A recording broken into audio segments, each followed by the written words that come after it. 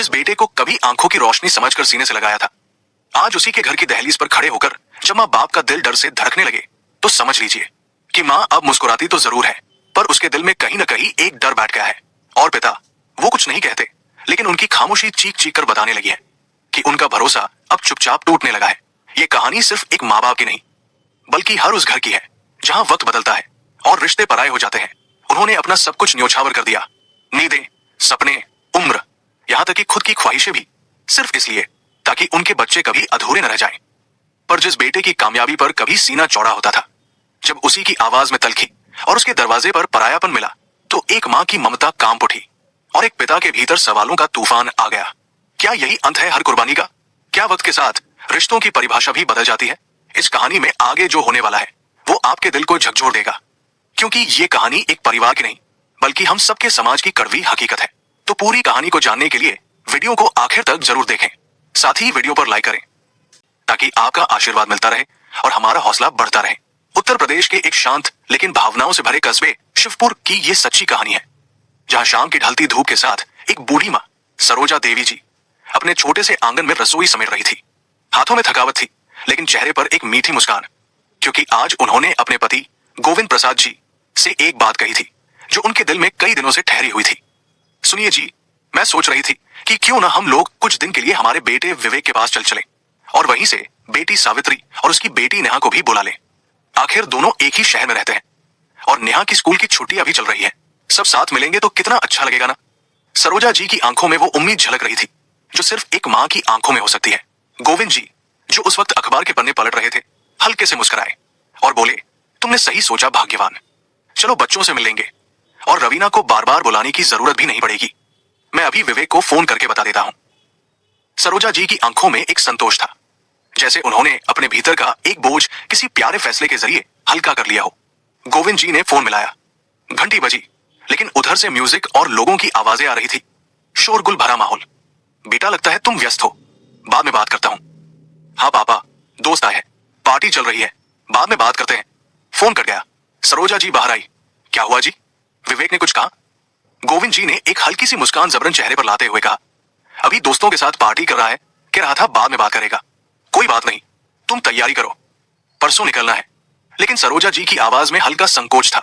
बात हो जाती तो अच्छा होता, कहीं हम सब तैयारी कर लें और उसे समय ही ना हो। गोविंद जी हंसे, लेकिन उस हंसी में भी कहीं एक चिंता छिपी थी। हम बेटे से मिलने जा रहे हैं, बेटा हमारे पास नहीं, तो फिर समय उसे निकालना ही पड़ेगा ना। अगली सुबह रविवार थी और गोविंद जी को लगा कि शायद आज विवेक से बात करना आसान होगा। उन्होंने फिर से फोन मिलाया। इस बार माहौल शांत था, लेकिन फोन पर एक अनचाही दूरी महसूस हो रही थी। विवेक बेटा, मैं और तुम्हारी माँ कल सुबह ट्रेन से निकल रहे हैं और सावित्री भी नेहा के साथ वही आ रही है। सब मिलेंगे बेटा। विवेक थोड़ी देर चुप रहा, फिर धीरे से बोला, पापा, आपने आज भी शायद गलत टाइम पर फोन किया। सिमी के ऑफिस के लोग घर पर आए हैं, थोड़ा असहज हो जाएगा। गोविंद जी ने धीमे स्वर में कहा, बेटा, हमें तो कोई दिक्कत नहीं होगी, लेकिन इससे पहले कि वो बात पूरी करते, आपको नहीं पापा, हमें दिक्कत हो जाएगी। ये एक वाक्य जैसे किसी हथौड़े की तरह गोविंद जी के सीने पर आ गिरा हो। बगल में खड़ी सरोजा जी सब सुन चुकी थी। आंखों से आंसू नहीं बह रहे थे, लेकिन उनके अंदर जैसे किसी ने एक समंदर उथल पुथल कर दिया हो। इससे पहले विवेक ऐसा नहीं था। क्या सच में शादी के बाद बच्चे बदल जाते हैं? क्या एक घर, एक बीवी, एक समाज बेटे से उसके माँ बाप को छीन लेते हैं? रात को गोविंद जी ने खाना नहीं खाया, बस चुपचाप लेटे रहे। सरोजा जी ने कुछ नहीं कहा, लेकिन अब एक सवाल उनके चेहरे की शिकनों में दर्ज हो चुका था। अब बेटी से क्या कहेंगी? कैसे समझाएंगी कि जिनके लिए पूरी जिंदगी खपा दी, वो आज उन्हें दिक्कत समझ बैठा है? सुबह की पहली किरण अभी खिड़की से झांकी रही थी कि गोविंद जी की आंखें खुद ब खुद खुल गई, और वो नींद से नहीं, बल्कि बीती रात की बेचैन सोचों से भरे मन के कारण जागे थे। उन्होंने मोबाइल की स्क्रीन पर नजर डाली और उंगलियां काम गई। विवेक का कॉल।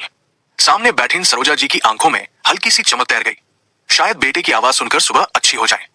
गोविंद जी ने धीरे से कॉल उठाया। हेलो। विवेक की आवाज उस तरफ थी, लेकिन आज उसमें कल जैसी बेरुखी नहीं थी। पापा, कल मैंने जल्दी में कह दिया था कि दिक्कत हो जाएगी। सिमी से बाद में बात की तो उसने कहा कि कोई दिक्कत नहीं है, आप लोग जरूर आइए, कोई बदलाव मत कीजिए। उस नरम आवाज ने जैसे एक पल के लिए कल की सारी चुभन को धुंधला कर दिया।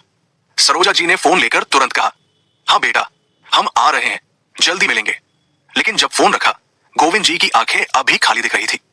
वो मुस्कुराने की कोशिश कर रहे थे, लेकिन शायद भीतर की आवाज कह रही थी, बहू को दिक्कत नहीं थी, पर बेटे को थी। उन्होंने कुछ नहीं कहा, बस मन में ये बात दर्ज कर ली, शायद हमारी परवरिश में कोई कमी रह गई। अब दोनों पति पत्नी ने अपने कपड़े समेटने शुरू किए। कपड़ों के साथ साथ उम्मीदों की भी तह लगाने लगे। थैले में सावित्री और नेहा के लिए छोटे छोटे उपहार रखे और बेटी को फोन कर बताया कि वे लोग निकल रहे हैं, तुम भी तैयारी करना। ट्रेन में बैठते हुए गोविंद जी ने विवेक को कॉल किया, बेटा हम लोग सुबह 6 बजे तक पहुंच जाएंगे। ठीक है पापा, मैं स्टेशन आ जाऊंगा। अगर थोड़ी देर हो गई तो आप लोग वही वेट करिएगा। गोविंद जी ने हल्का मुस्कुराते हुए कहा, ठीक है बेटा। लेकिन उस मुस्कान के पीछे एक लंबा मौन छिपा था। कभी यही बेटा स्टेशन टाइम से पहले प्लेटफॉर्म पर खड़ा रहता था। आज पहली बार थोड़ी देर हो सकती है जैसी बात कर रहा है। सुबह 6 बजे ट्रेन प्लेटफॉर्म पर रुकी। सरोजा जी की आंखों में एक प्यारी सी बेचैनी थी, बेटे को देखने की, उसके गले लगने की। पर नजरों ने जैसे ही प्लेटफॉर्म पर चक्कर काटना शुरू किया, विवेक कहीं नहीं था। गोविंद जी ने चिंतित होकर कॉल किया, लेकिन उधर से कोई जवाब नहीं। सरोजा जी धीरे से बोली, एक बार फिर कॉल कीजिए, सिमी जरूर उठाएगी। और इस बार कॉल रिसीव हुआ। उधर से विवेक की आवाज थी, कौन? तुम्हारा पापा बेटा, हम स्टेशन आ गए हैं। ठीक है पापा, आप लोग बुकिंग काउंटर के पास आ जाइए, मैं आता हूं। दोनों पति पत्नी धीरे धीरे बैग उठाकर आगे बढ़े। बूढ़े हाथों में थकान थी, लेकिन दिल में उम्मीद का दिया अभी भी जल रहा था। कुछ देर बाद विवेक आया, लेकिन आज चेहरा मुस्कुराया।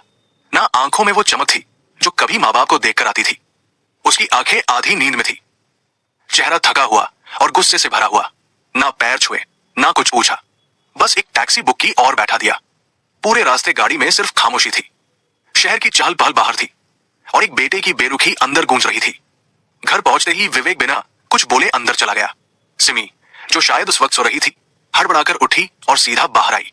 सरोजा जी और गोविंद जी के पैर छुए, खुश रहो बहू। सरोजा जी के शब्द जरूर थे, लेकिन उनके पीछे जो खालीपन था वो छिप नहीं पाया। सिमी फिर अंदर चली गई। कुछ देर बाद विवेक बाहर आया और अचानक बोला, पापा उस वक्त तो मैंने कुछ नहीं कहा, लेकिन आपने फोन क्यों नहीं उठाया जब मैं स्टेशन पहुंचा? मैं इतनी सुबह उठा, आप लोगों को लेने गया, और आप फोन नहीं उठा रहे थे। आप भी अब लापरवाह हो गए हैं। ये शब्द जैसे किसी गर्म लोहे की तरह गोविंद जी के मन में धंसे।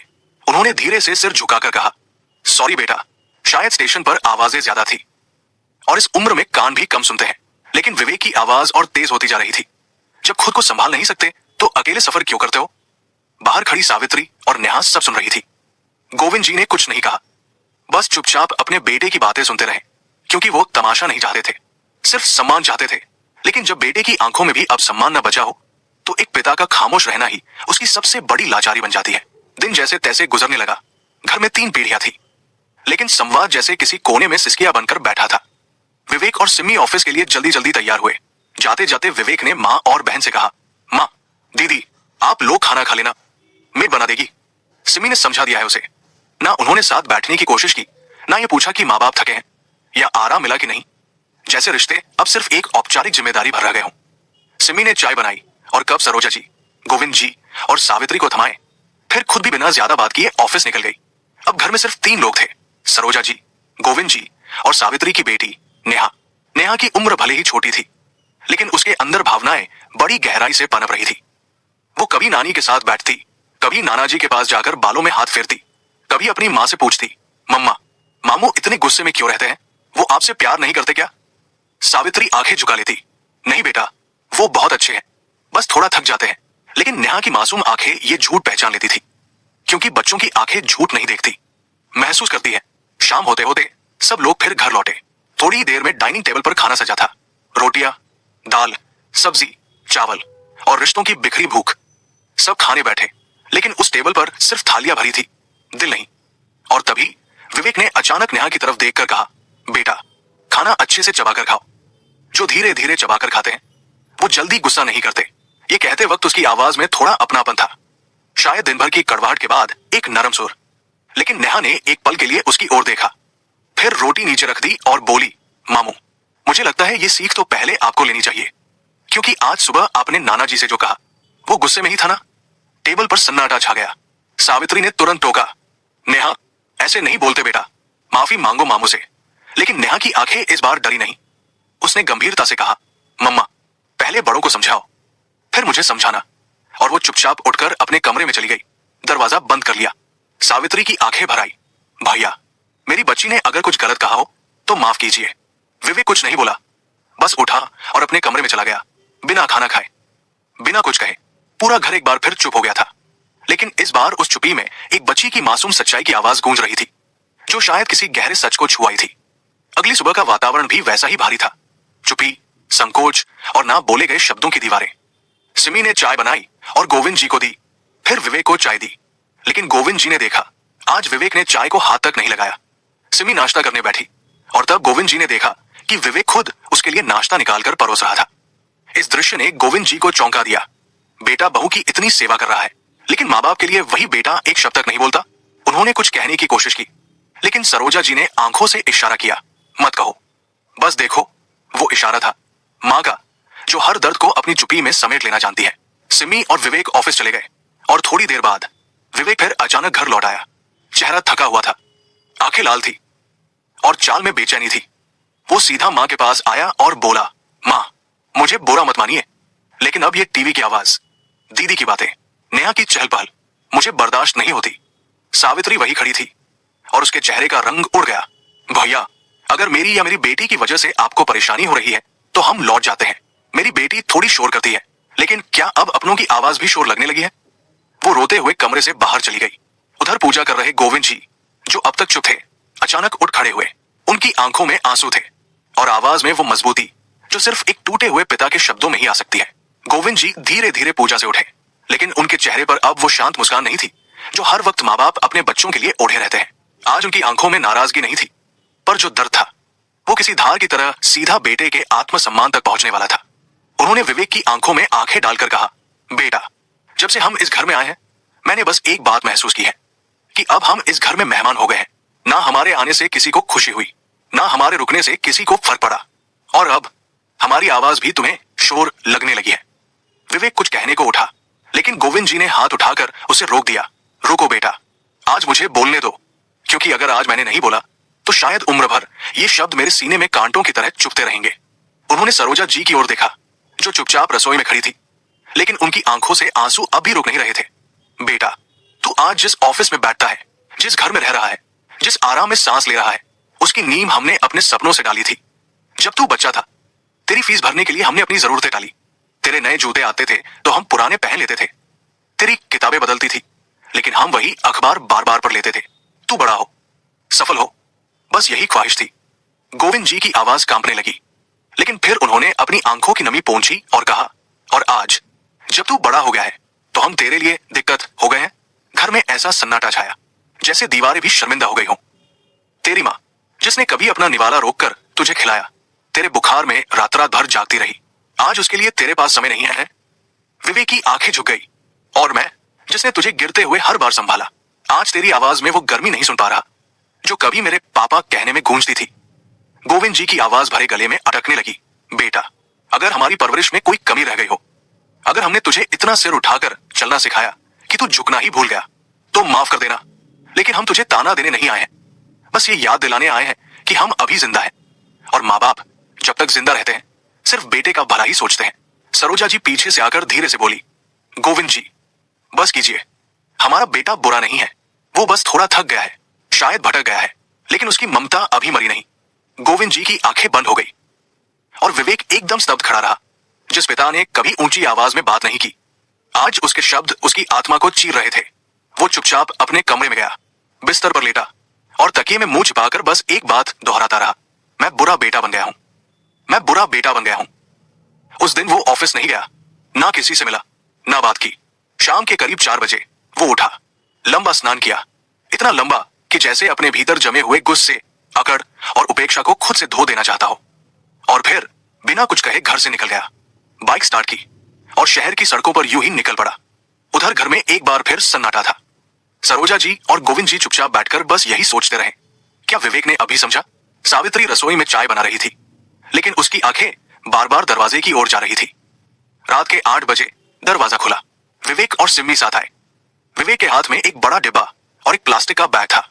वो चुपचाप आया और सबसे पहले नेहा के सामने जाकर डिब्बा खोला और कहा, ये तुम्हारे लिए है बेटा। नेहा ने कुछ नहीं कहा, बस हल्की सी मुस्कान दी, लेकिन उसकी आंखों में जो नमी थी वो बता रही थी कि मासूमियत ने माफ कर दिया है। फिर वो बैग सरोजा जी को देते हुए बोला, माँ, ये आपके लिए है। सरोजा जी चौंक गई। क्या है बेटा? माँ, नई साड़ी है, लाल बॉर्डर वाली, वही जो आप हर पूजा में पहनती थी। सरोजा जी की आंखें भर आई। विवेक अब गोविंद जी के पास आया और उनके पास बैठकर धीरे से बोला, पापा, जो कुछ आज सुबह हुआ उसके लिए माफ कर दीजिए। गोविंद जी कुछ कहने को हुए, लेकिन विवेक ने उनका हाथ पकड़ लिया। पापा, जब मैं छोटा था और रोता था तो आप मेरे बाल सहलाते थे ना। आज मैं खुद से नाराज हूं। क्या आप आज भी मुझे वैसे ही सहला सकते हैं? गोविंद जी का चेहरा कांप उठा।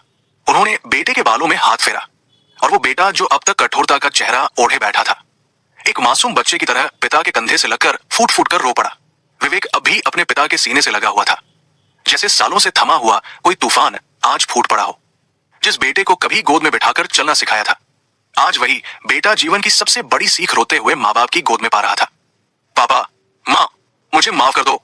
मैं खुद को कभी माफ नहीं कर पाऊंगा। आप लोगों को दुख देकर मैंने सिर्फ आपके नहीं, अपने संस्कारों का भी अपमान किया है। सरोजा जी ने उसके सिर पर हाथ फेरते हुए कहा, बेटा, माँ बाप का प्यार कभी खत्म नहीं होता। हमारा दिल सिर्फ दुखी होता है, तंग नहीं।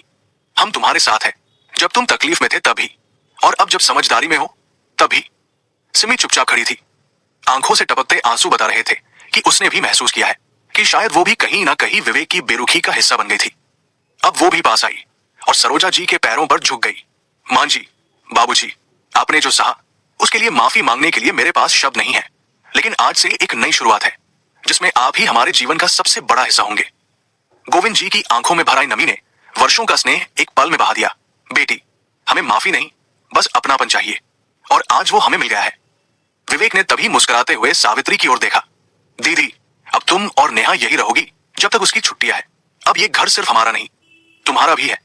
सावित्री की आंखों में जो चमक थी, वो शायद वर्षों से उस भाई की तलाश कर रही थी जो आज वापस लौट आया था। नेहा दौड़ी और मामू के गले लग गई। मामू, अब आप गुस्सा नहीं करोगे ना? विवेक ने हंसते हुए कहा, अब तो मैं हर रोज तुम्हारे साथ कहानी सुनूंगा और खुद भी एक अच्छी कहानी बनूंगा। उसी वक्त दरवाजे की घंटी बजी। दो लोग एक बड़ा सा कार्टन लेकर खड़े थे। सिमी ने दरवाजा खोला। ये क्या है बेटा? सरोजा जी ने पूछा। माँ, इसमें नया ऐसी है।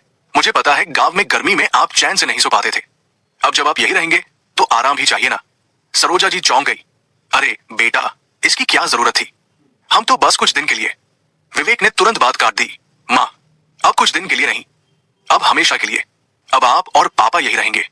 जहां बेटा और बहू है, वहां माँ बाप का भी हक है रहने का, प्यार से, इज्जत से। वो लम्हा जैसे सालों की दूरी को मिटा रहा था। उस दिन रात का खाना सबने साथ बैठकर खाया। कोई खामोशी नहीं थी, कोई सवाल नहीं था, सिर्फ मुस्कुराहटें थी, बातों की गर्माहट थी, और एक परिवार था जो अब दोबारा घर बन गया था। नेहा ने रोटी बनाते हुए सरोजा जी से पूछा, नानी, आप और नाना जी अब कहीं नहीं जाओगे ना? सरोजा जी मुस्कुराई। अब जहां अपनापन है वही तो हमारा घर है बेटा।